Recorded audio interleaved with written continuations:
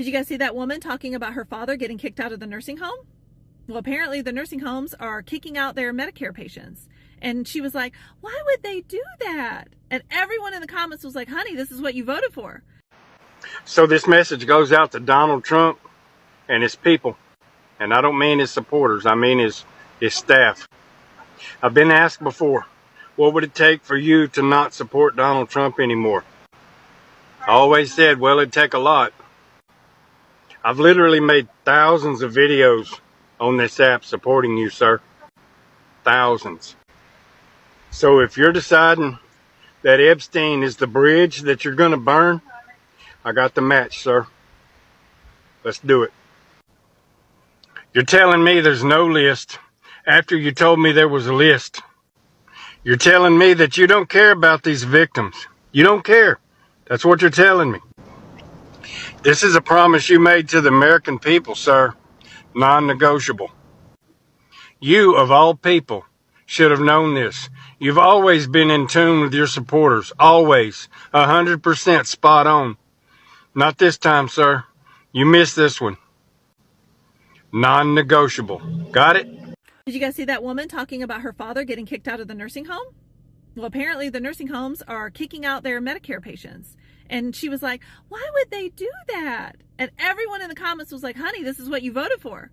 This is Medicare cuts. This is the big, beautiful bill. And she was like, no, that's not it. Yes, it is. I work in skilled nursing. 90% of the residents that are in there, they are Medicare patients. These buildings stay open because of Medicare. They will close down. They will not care for your aging parents and grandparents for free. They will send them home to you. You will have to quit your job and stay home and take care of them. That means you're going to have to be the caregiver for your father, your husband, your kids. You're going to have to quit your job. You're going to do all this on half the income for your household. This economy is going to suffer greatly when these places start closing down. This is one of the reasons, this is the main reason why I did not want to rely on the U.S. for my income while I'm living abroad. The economy here is bound to crash. When you cut Medicare like that and these places close, a lot of people are going to lose their jobs. The dollar is going to suffer. There is no forethought with these people. They have no idea what is happening. You know, I've said before, I voted for Trump twice, 3 times actually. Well, I guess twice, I wasn't old enough then. But, you know, my point being, I supported Trump through 3 elections. And the last 6 months have shown us Trump is not what he said that he was going to be for us, right? I mean, we got to think about that. And what's next for Trump? Does he try to make good on these promises he's made? Think about the promises, think about the things that he said he was going to do, and he has not accomplished them, right? I mean, it's not good. And because of this, because of false promises, poll comes out today, Trump is down 55 points with young voters under 30. 55 points. Let's talk about that. I mean, 55. Now, I will say this. I was misled at first, thinking if his approval rating was a 65, now it's a 10. It was a 55-point swing. I think that's important to know. But regardless, that's a major swing. I believe it had him at 55% approval, 45% disapproval in this age group, under 30. And now he's something like 70% disapproval. I mean, so it's still a big jump. Don't get me wrong. I mean, that's a big deal. But you see how he's handled these Epstein files. You see how he's handled the Israel situation. You see how he's handled immigration, which we're going to get into later. And how can you not be upset? How can you, as someone that voted for him, say, this is what I voted for? So you were telling me that people are unaware, they're unaware that the whole reason why hospitals are not allowed to turn you away in an emergency situation, regardless of your ability to pay, is because of the Emergency Medical Treatment and Labor Act, which states that hospitals who receive Medicare funding are not allowed to turn you away. And they are proposing to cut back on Medicare and Medicaid. Talk to a caseworker. There are no ineligible people who are receiving it. The only people who are receiving it are eligible because there is a vetting process. All these people that they say are illegally getting it, it's not happening.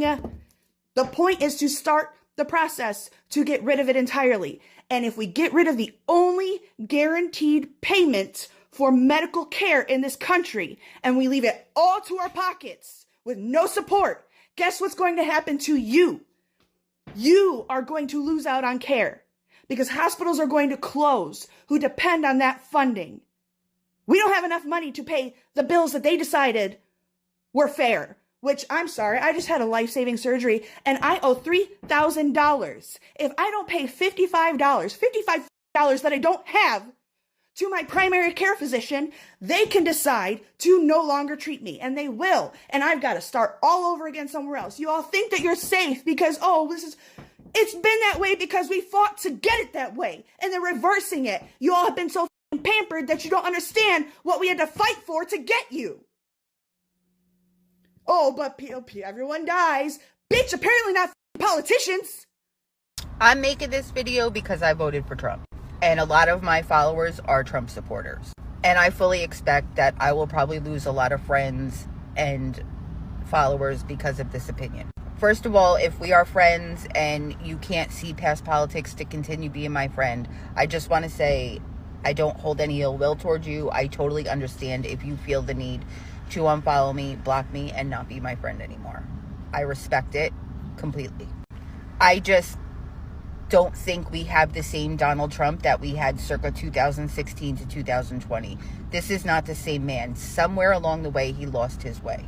To deny help to tornado victims. Then I heard he denied further assistance from FEMA to North Carolina.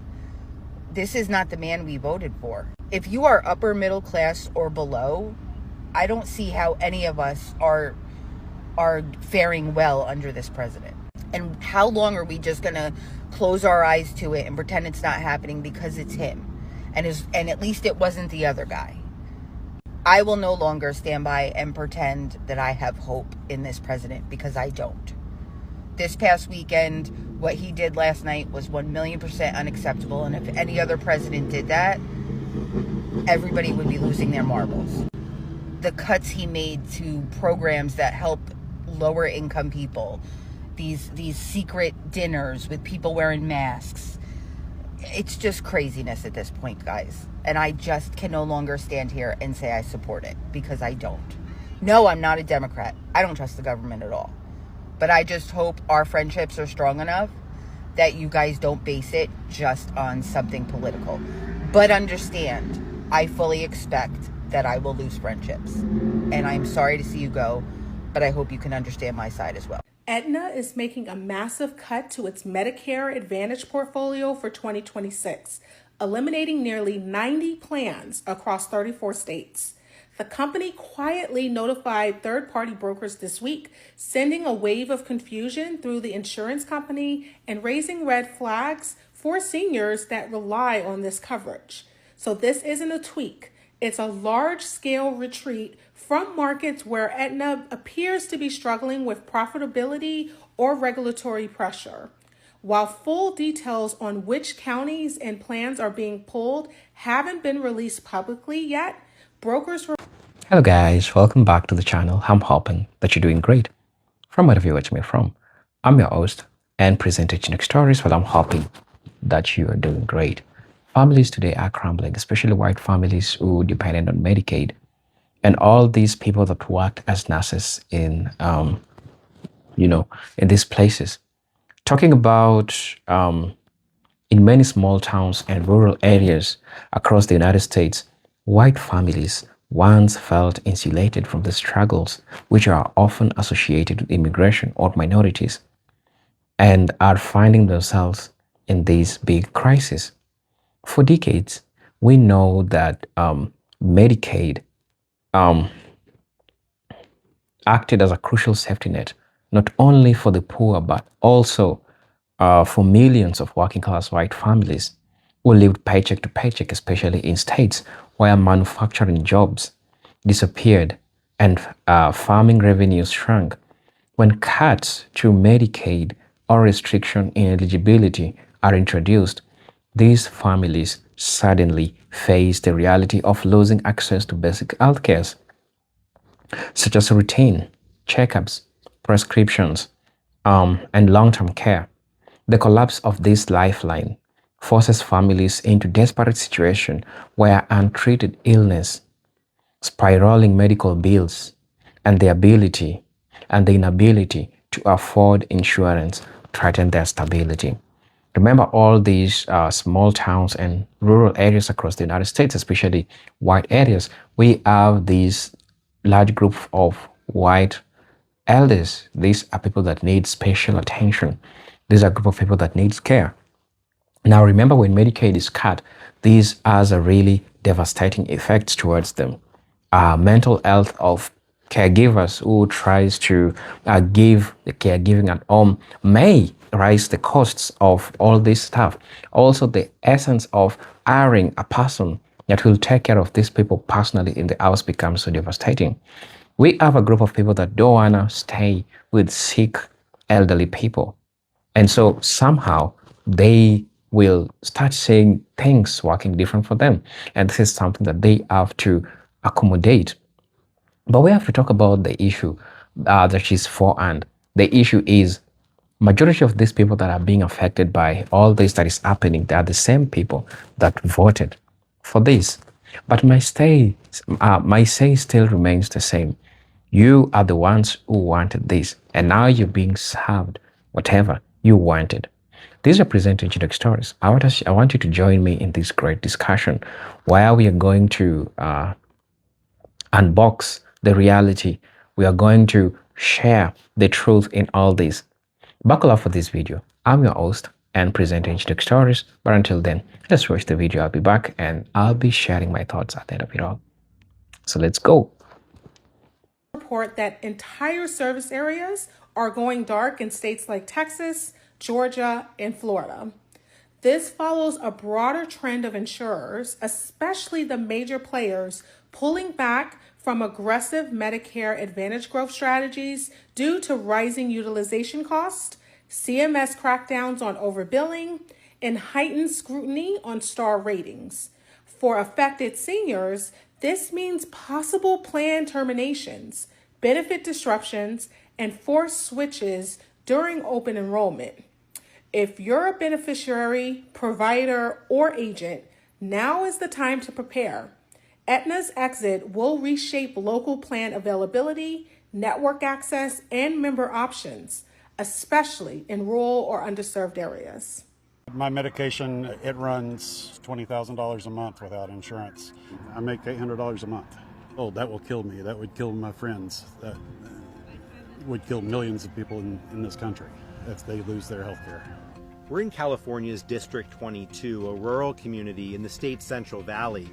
This district voted for Trump for the first time in 2024, but now his policies threaten one of the benefits people here rely on the most. Do you know anyone personally who voted for President Trump but depends on benefits like Medicaid? Oh yeah, I know a lot of people. One resident who would be impacted by Medicaid cuts is 64-year-old Irma Arredondo, who voted for Trump in 2024. Irma has several chronic health issues, including type 1 diabetes. She's also a full-time caregiver for her daughter, who has cerebral palsy, and her sister, who has Turner syndrome. The medicine that my daughter takes for seizures, I won't be able to afford it. So we feel hopeless if those cuts come, you know. What we want to do. Irma was a farm worker for more than a decade. She believes that some of her and her children's health issues can be linked to the pesticides she was exposed to while working in the fields. Look at me right now. Look at me, how many sicknesses that I have. We got all in the fields. Where else? I feel like these stabbing us in the back, you know. But why? Why when we put food on their tables? Trump promised a lot of things. I thought it would be more family values and those programs that we really need here. One of those promises was to protect Medicaid, which 67% of people in this district rely on. It's the largest percentage of any district in the entire country. Can you guarantee that Medicare, Medicaid will not be touched? Yeah, I mean, I have said it so many times, we're not going to touch it. The yeas are 218, the nays are 214. The motion is adopted. This bill represents the largest cut to Medicaid in American history. It will devastate vulnerable populations. The largest tax breaks owed to the wealthiest individuals. Are those your values? No, that's not right. Irma isn't the only one in District 22 who feels betrayed by the administration's plan to gut Medicaid. The only people they're hurting are the poor people. People that really need the stuff. Elon Musk doesn't need it. Trump doesn't need it. And, billionaires don't need it. They're making out big time with this, but they're hurting people in the process. If we could go back to November, who would you vote for now, seeing what you see? Not either one. You just wouldn't have voted? Not either. I spent an hour on the phone with CVS Specialty trying to get my Ibrance, my stage 4 cancer medication, and this lady was trying to help me and all this, but at the end I was getting so frustrated because she's like, well, your copay assistance isn't working for some reason, and we can give you this coupon, like you can sign up for this coupon. And I was like, well, it's worked every other month, like am I just gonna have to have like a coupon every month now? Like what's the limit of the coupon? And like I was just getting so frustrated, and then I was just trying to explain to her, this is really difficult because every month it seems like there's some kind of new obstacle in the way of me getting this medication, and like it's for stage 4 cancer, and if I don't get it, it's $15,000 a month, like if my insurance decides not to cover it, right? And I have my PPO insurance and my copay assistance because it's even expensive with the copay. And I was just explaining to her like all of it, and then I could tell that she was crying because she was also upset that like this is how the system works.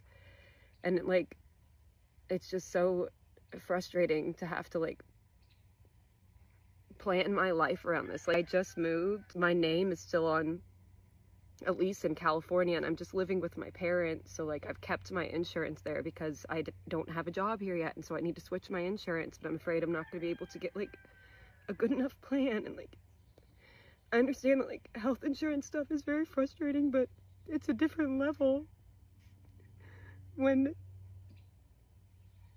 it's like your life. It's not like something that I can go take a different version of, or like that I can afford to not take for a month. And my oncologist tried to have them give me 3 months at a time, and they also wouldn't approve that, so that I'd have time to like get it worked out. And I'm just being dramatic, and I know that I'll be able to get it, but like this is like, I'm so proud of myself for like getting out of the situation I was in and getting myself into a better situation. But it's really hard when you have stage 4 cancer. It's stupid. I was like editing this reel before they called me about like, you can start over anytime. Like don't let cancer like scare you into living your best life. And now here I am sitting here like scared that I'm not going to be able to access my medication in Texas.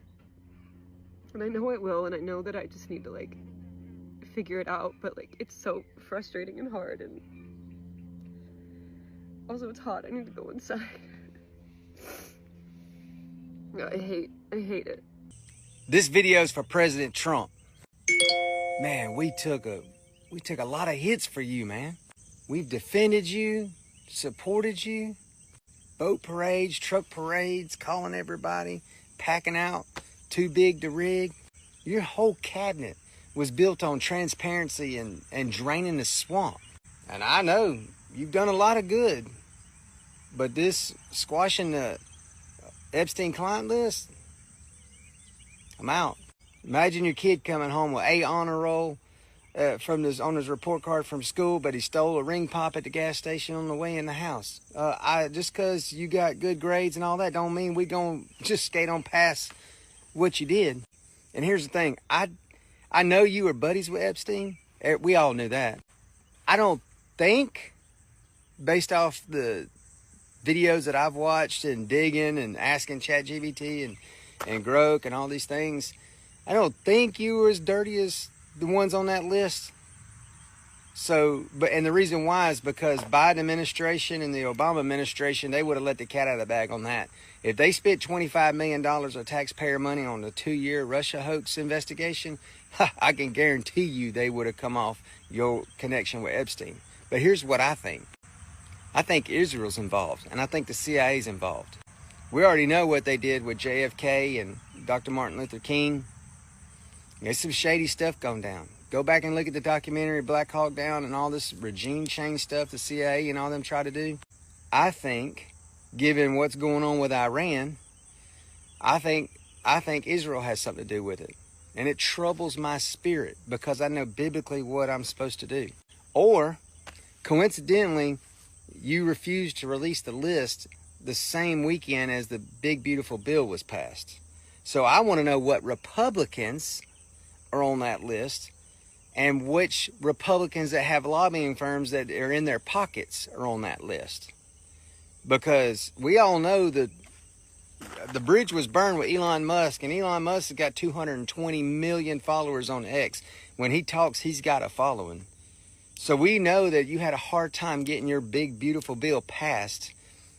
And we know politics. I'll scratch your back if you scratch my back. So is it Israel, the CIA, or Republican rhinos on that list? We want to know. And I know you're out in a couple years, but it's going to be hard for JD to get elected with your name attached if y'all just going to stride over this. And I saw the way you talked to that reporter like, is people still talking about Epstein? Is people still talking? Yeah. And for somebody who runs all these massive rallies and talks to people, I know your boys knows what's going on. And I know Laura knows what's going on. They're connected to real people, blue-collar people. Don't act like you don't know that we're upset about the Epstein client list being dropped. We ain't forgot about you parading all those people up at the White House that had millions of followers on X, and they had their little binders with the Epstein list name, and then y'all called and told them don't say nothing about it. We ain't forgot about that. We ain't forgot about instead of arresting people, the Fox News interviews that Pam Bondi's been doing, talking about the Epstein list. It's on my desk. It's on my desk. And blaming the office in Manhattan for not giving them the information. If somebody at the FBI deleted it, then talk about it. But don't tell us that there's not a client list when somebody's arrested and in jail for SA and everything else, that child exploitation and everything else that was done. The same people that put you in office are the same people that turn a cold shoulder to you. I hate it, man. You got us. And if you're still watching this video, you know why it's so hurtful.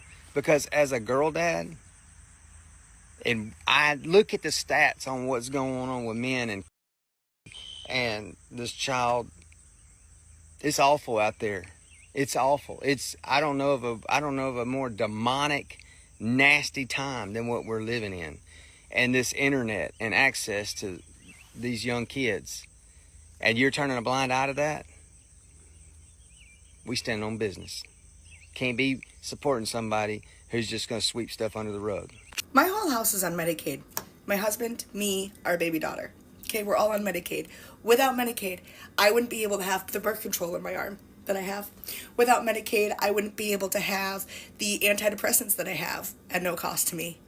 Without Medicaid, I wouldn't be able to go to therapy to continue to be the mom I am to the 3 kids and 2 separate houses that I have to do. Without Medicaid, my daughter wouldn't be able to go and get her vaccines and go and get all of the things that she needs as an 18-month-old baby. Without Medicaid, my husband wouldn't be able to go and get the medications that he needs and the treatment that he needs for his disability. Without Medicaid, not a single person in my house would have health care. We are low income. Our only income is my husband's SSI. We're on food stamps. We use food pantries. Okay? Without Medicaid, we would never be healthy. And for us, it's not even like body, it's all mental. For my husband, for me, and then we have a baby who needs Medicaid for vaccines, who needs Medicaid for, I already have 2 children who are diagnosed with autism. So what if she ends up getting diagnosed with autism? We need Medicaid. We need Medicaid.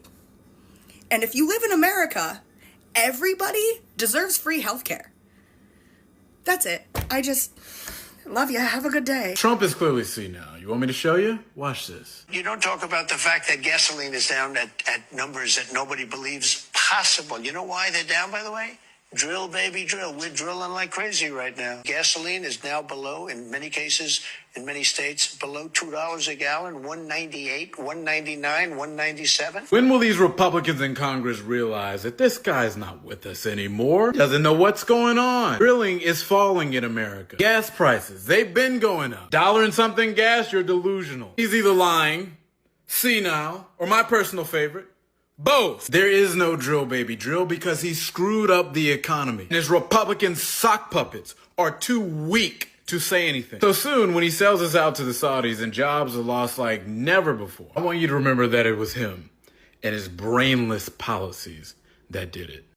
Oh, if they take Medicaid, oh, if they cut SNAP, those people who don't want to work have to work. No, I don't think you're looking at the deeper picture. Nurses, doctors, CNAs, what is it called? LPNs, all of them gonna lose their jobs too. How, you may say? Well, if they cut all those billions of dollars in Medicaid, most of the people in hospital depend on Medicaid. Most of the people in nursing homes depend on Medicaid, which where RNs and doctors and nurses work. So if all of them die, who's gonna fund the hospitals and the nursing homes? So that means that everybody else lose their jobs too. So I don't think y'all really thinking this out clearly. So all them Senates who got RN doctors, the RN daughters and all that, when they start losing their job and then, oh my gosh, God forbid they lose their job and they can't take care of their kid, they can't pay their house mortgage, what will they ever do?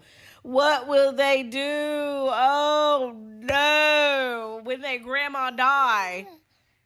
Oh no, when their third cousin die, and then they got to go to the funeral and they say, what did Mary Lou die from? And then they say, because Mary Lou was on Medicaid and you guys cut the Medicaid and Mary Lou died, and then what? Oh, my bad. I was today years old when I found out that Diaper Dawn for Donald Trump is actually a real thing. It's not a joke. He's actually been wearing Depends and he's been incontinent since The Apprentice. There was a guy that came out on the Midas Touch that worked on The Apprentice with them, and there was a man named Keith who would come and change him. His nickname was Wet Wipes. Not only that, but this man mentions that there's video evidence of this in multiple videos. One is of when Donald Trump is in France, and people reported in the crowd that they could smell something very rank, and it was coming from one particular seat. Let's watch. Watch the reaction of the people in the crowd.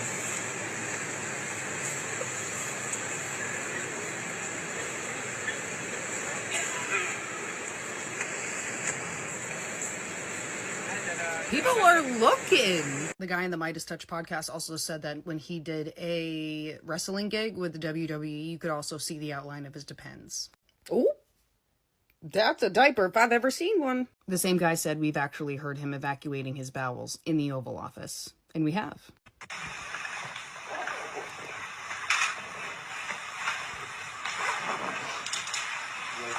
This is because Donald Trump has done so much in his life that he lost control of his bowels a long time ago. Man, what a life to be living, huh? Incontinent, and the President of the United States.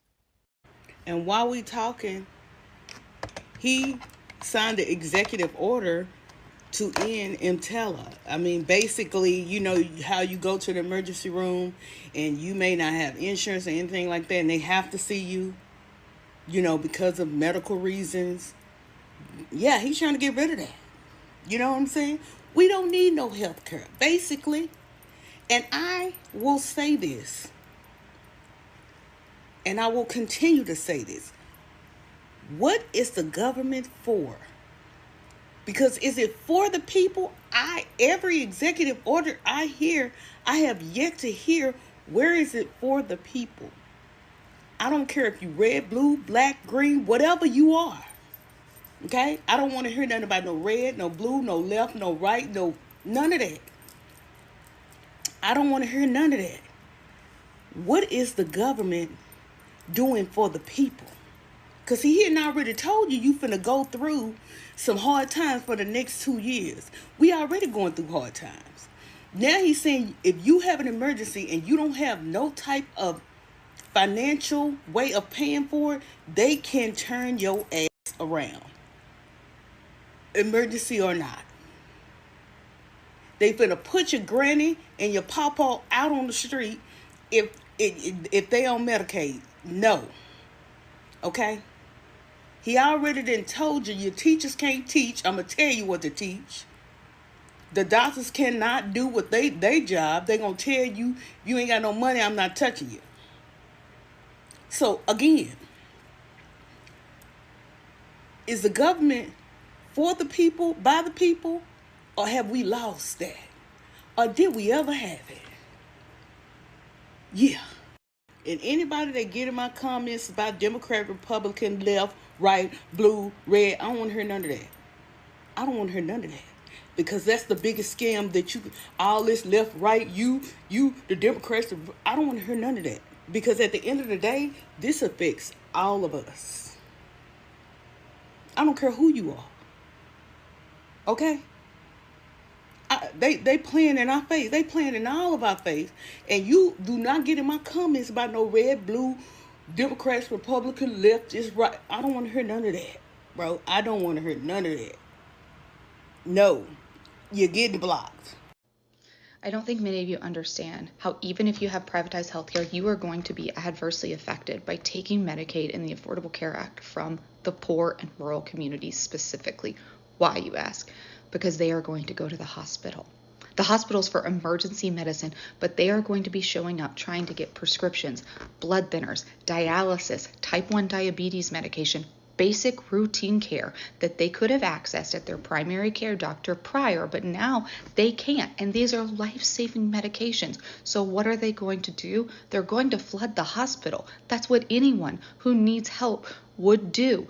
The hospital can't turn them away, and it's not a hotel, so they can't just say, get out of here. They have to treat them, which means hospitals are going to be overrun with not emergencies, but regular routine care. So when your grandma has a heart attack, there won't be beds. When your son breaks his arm, you are going to have to wait even longer while people access basic care that they had prior to this. That's why we did it. We did it because we knew we needed the emergency room to be for emergencies, and we wanted people to access affordable care where they are. I don't understand how you guys don't connect the invisible strings here. People are going to die.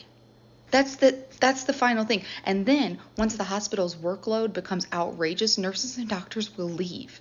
They are leaving. They're being poached. So when we say you're voting against yourself, that's what we mean. You have privatized healthcare? Awesome. I'm glad for you. But you are going to be adversely affected by the fact that rural and poor communities are losing their healthcare.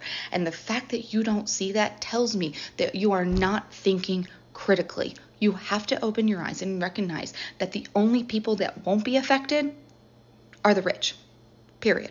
A lot of y'all gonna be in for a rude awakening when you realize that your United Healthcare card is Medicare and Medicaid. It's just being managed by United Healthcare. Y'all are really not realizing that you are in danger like everybody else.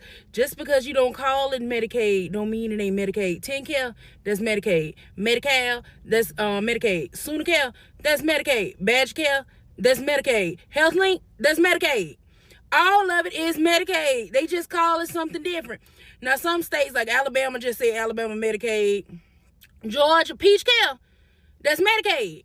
All of it is Medicaid. And sometimes Medicaid and Medicare plans are managed by bigger companies. So you might see Blue Cross and Blue Shield on your card, but it's actually still Medicaid or Medicare. So don't be up here on your high horse thinking you won't fall, because, baby, you're going to be out there trying to do some herbal remedies yourself when you lose your health care.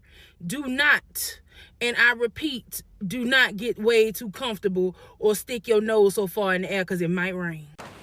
Hello, brothers and sisters. Welcome back to the channel. I'm hoping that you are doing great from wherever you watch me from. I'm hoping that in the state that you are, you're doing okay. Now, the situation worsens when deportations policies are factored in. You realize that many white families in rural America rely often unknowingly on immigrant labor to sustain their local economies. Undocumented and foreign-born workers are critical in agriculture, meat packing plants, caregiving, servicing jobs, Now, when mass deportations occur or when immigrants flee communities out of fear, economic fabric of these towns unravels, and farmers go unharvested. Small businesses struggle to stay open due to labor shortages, and local tax bases shrink.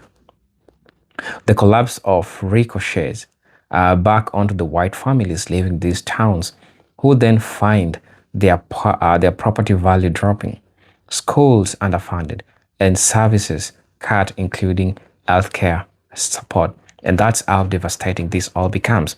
Also, one of the most devastating consequences of this for white families is the sudden gap in long-term healthcare coverage, and it just cut abruptly. Right? The Medicaid is not just the unemployed. It supports the elderly in nursing homes, disabled family members, and children in low-income households. A huge percentage of white rural seniors are dependent on Medicaid to stay in assisted living facilities. When this support collapses, brothers and sisters, adult children are forced to either take on crushing financial burdens or bring their aging parents into already struggling households. The emotional, financial, and social strain is enormous, leaving families divided and communities unable to cope with the rise in unaddressed health crisis. Also, another thing that I'd like to address is the erosion of Medicaid ties directly into the political environment that many white working families supported. Remember, policies promising fiscal responsibilities and cuts to social programs, which were often embraced by these communities out of frustration with big movements. Yet these same policies have cuts into the very safety nets that sustained them during the economic decline. And the irony here is so profound that I want you to understand. Families who once voted for leaders who promised to drain the swamp, quote unquote, are now watching their own financial and Medicaid foundation collapse, which leads to a deep sense of betrayal and confusion. They find themselves at a crossroad, unable to reconcile political loyalty with lived experience. And this is something that I've noted that I want to note down, which is so much important when you talk about these issues, right? So it is really important that we note that the very system that they voted for, it is the very system that is taking them down, right?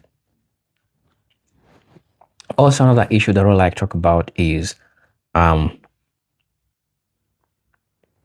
deportations. Deportations intensify the collapse in uprising wars.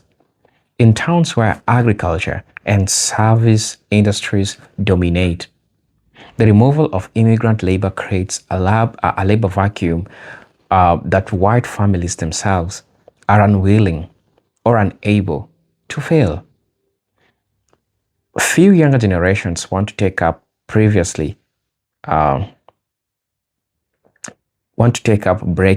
farm work or low-wage caregiving jobs that immigrants previously filled.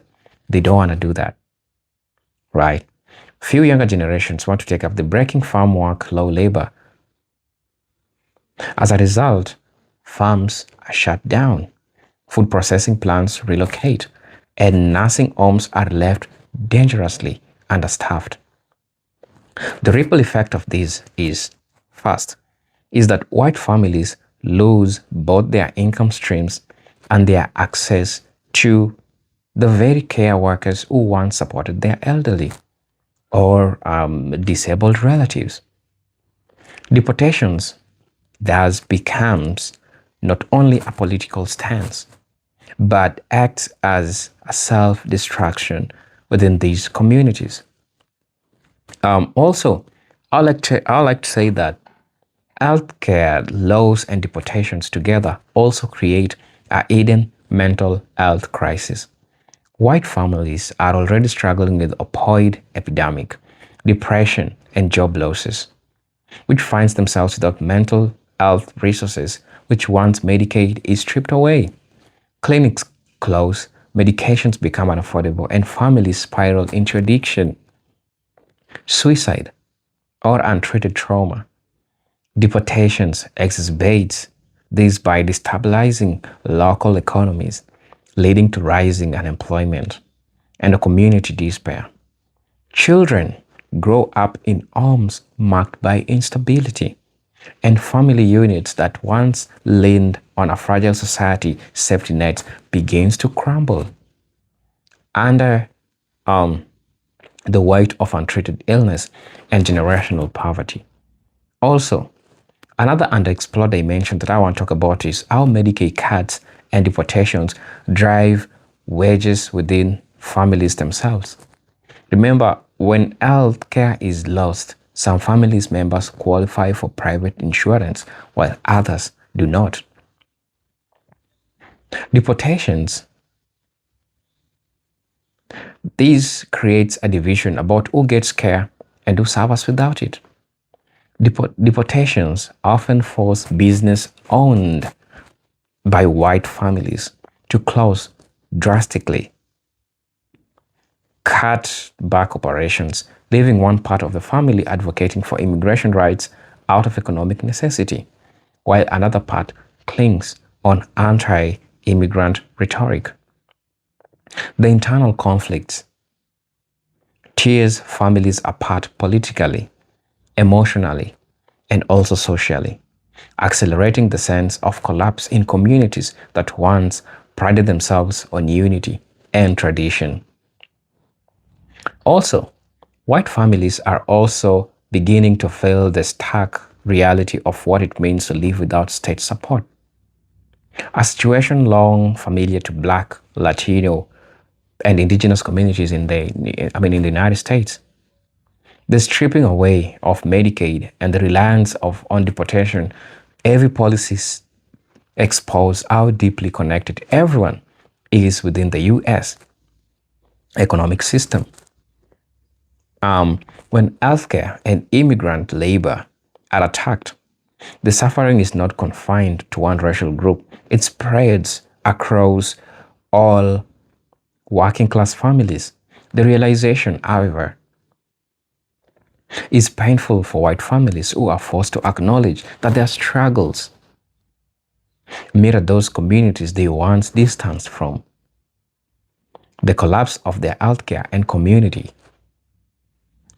system serves as a wake-up call for that oppression in one sector, which is inevitably destabilizes the entire social fabric. Also, politically, the collapse may have a long-term consequences. White families facing healthcare laws and the negative effects of these deportations are torn between doubling down on nationalist, anti-immigration politics or rethinking their relationships to government support and social programs. Some cling tighter to the belief that sacrifice is necessary for protecting American identity, while others begin to question whether universal health care or immigration reform could actually stabilize their lives. The fractures are deepening, with small towns increasingly divided not just between left and right, but between the survival-driven pragmatism and ideology-driven loyalty. Right. So, I really want to know what you think about this. It is really, really devastating that we have to talk about this, but I feel like it's important for us to have these discussions. I'm your host and presenter, G Stories, but until then, let me see you in my next video. Peace, love, and harmony. Salut.